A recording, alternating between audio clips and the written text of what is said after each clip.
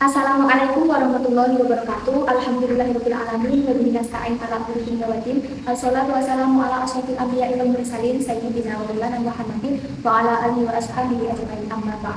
Yang terhormat Ibu Dr. Ernalis Paula Kusumawati MSI selaku dosen pengampu mata kuliah Fisika Modern. Sebelumnya perkenalkan, nama saya Erlina Nafisa dengan NIM 23060230011. Di sini saya menjelaskan efek fotoelektrik materi dari fisika modern guna untuk memenuhi tugas UAS mata kuliah fisika modern. Dan di sini saya mengambil tema efek fotoelektrik. Efek fotoelektrik itu pertama kali ditemukan oleh Heinrich Hertz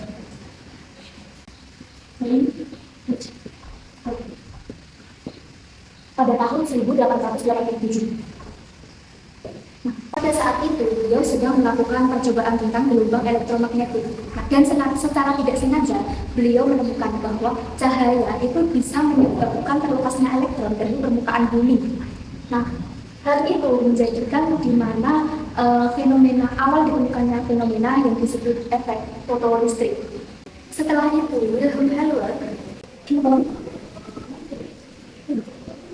melanjutkan penelitian Hertz dan menemukan bahwa muatan negatif itu bisa berpindah jika logamnya itu disinari oleh cahaya. Nah, temuan itu semakin memperkuat bahwa cahaya itu memang bisa mempengaruhi elektron pada logam. Namun penjelasan yang paling tepat itu diberikan oleh Albert Einstein. Pada tahun 1950. Einstein juga menjelaskan bahwa cahaya itu terdiri dari partikel-partikel kecil, dan setiap partikel kecil itu mempunyai energi sebesar E sama dengan di mana H adalah konstanta atau keterangan, yaitu 6,62 dikali 10 pangkat minus 24. Kemudian F di sini itu adalah frekuensi cahaya.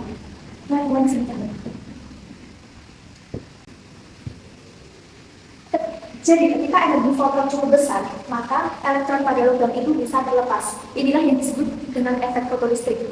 Berkat penjelasan ini, Albert Einstein mendapatkan Nobel Fisika pada tahun 1000, pada tahun 1921. Bukan karena teori relativitasnya, tetapi karena penjelasannya tentang efek fotoelektrik. Nah, hal ini itu menjadi dasar perkembangan teori kuantum cahaya. Nah, secara sederhana, efek fotoelektrik itu terjadi ketika cahaya atau foton itu mengenai permukaan logam dan bisa menyebabkan elektron pada permukaan logam tersebut itu bisa terlepas. Nah, energi foton itu bisa digunakan untuk mengatasi energi ambang atau yang disebut dengan fungsi kerja logam, dilambangkan dengan W.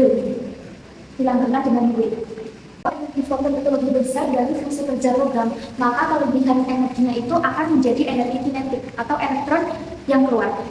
Nah, teman-teman, pada gambar ini kita bisa lihat alat percobaan efek fotoelektrik. Nah, alat ini itu terdiri dari logam, kapling vakum logam, yang di dalamnya terdapat dua kapling logam, yaitu katoda dan anoda. Katoda di sini itu berfungsi sebagai untuk menangkap cahaya. Katoda berfungsi untuk menangkap cahaya yang datang. Kemudian anoda di sini itu berfungsi untuk menangkap elektron yang terlepas. Jadi ketika foton atau cahaya diarahkan ke katoda, maka energi dari foton itu akan diserap oleh logam tersebut. Nah, kemudian jika energi foton itu cukup besar melebihi energi ambang atau fungsi kerja logam, maka elektron bisa terlepas dari permukaan katoda ini. Elektron yang terlepas itu disebut elektron foton. Kemudian elektron foton ini bergerak menuju ke anoda karena adanya potensial atau tegangan yang diberikan pada rangkaian. Nah, kemudian gerakan dari katoda ke anoda ini itu bisa menyebabkan aliran arus listrik yang terdeteksi oleh ampermeter di rangkaian luar. Jadi, jarum pada ampermeter ini itu akan bergerak jika ada elektron yang berhasil mencapai ke anoda ini. Nah, hal ini dapat membuktikan bahwa cahaya itu bisa menghasilkan arus listrik dan dapat membuktikan pula bahwa cahaya itu memiliki sifat partikel. Pada bagian bawah rangkaian, ini juga terdapat energi listrik atau baterai dan juga hambatan atau dilambangkan dengan L.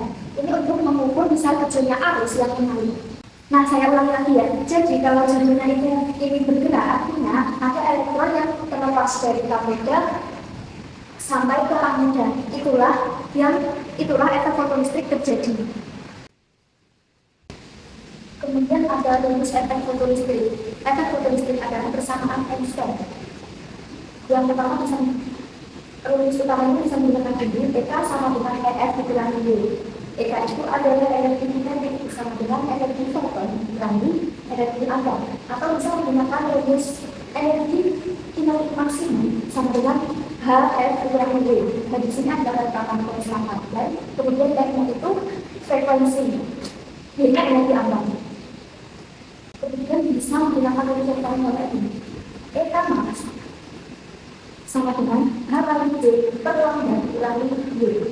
Nah, di sini ketetapan garis, kemudian C itu ketetapan cahaya per lambda dikurangi energi atom. Selanjutnya dicontoh soal. Permukaan suatu lubang disinari cahaya yang panjang lubangnya 300 nanometer. Berarti ini bisa dikali lambdanya 300 nanometer. Jika kecepatan cahaya 3 kali 10 pangkat 8 meter per sekon, C-nya 3 dikali 10 pangkat 8 meter per sekon. Tetapi lain,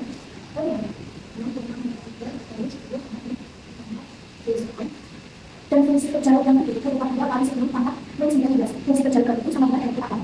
Bisa dikali 10. Beda sama dengan 3,2 dikali 10 pangkat 19. Maka besarnya energi kinetik maksimum yang kita catat adalah 2. Energi kinetik maksimum kita catat.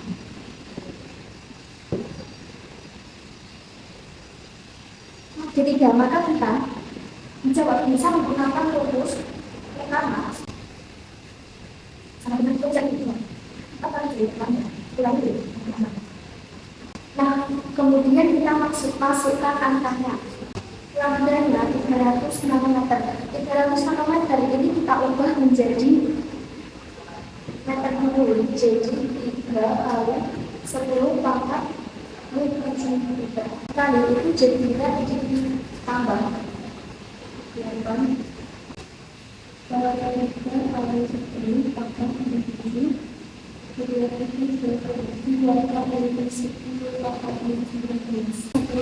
ini 34 ditambah 8 itu hasilnya min 2. Jadi penyebab 34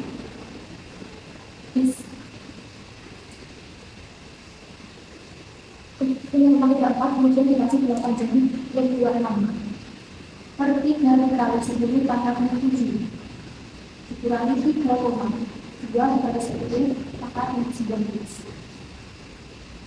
Setelah itu kemudian 19,89 itu hasilnya 6,63 dikali 10 pangkat min 26. Kalau ada pangkat dibagi itu jadinya dikurangi min 7.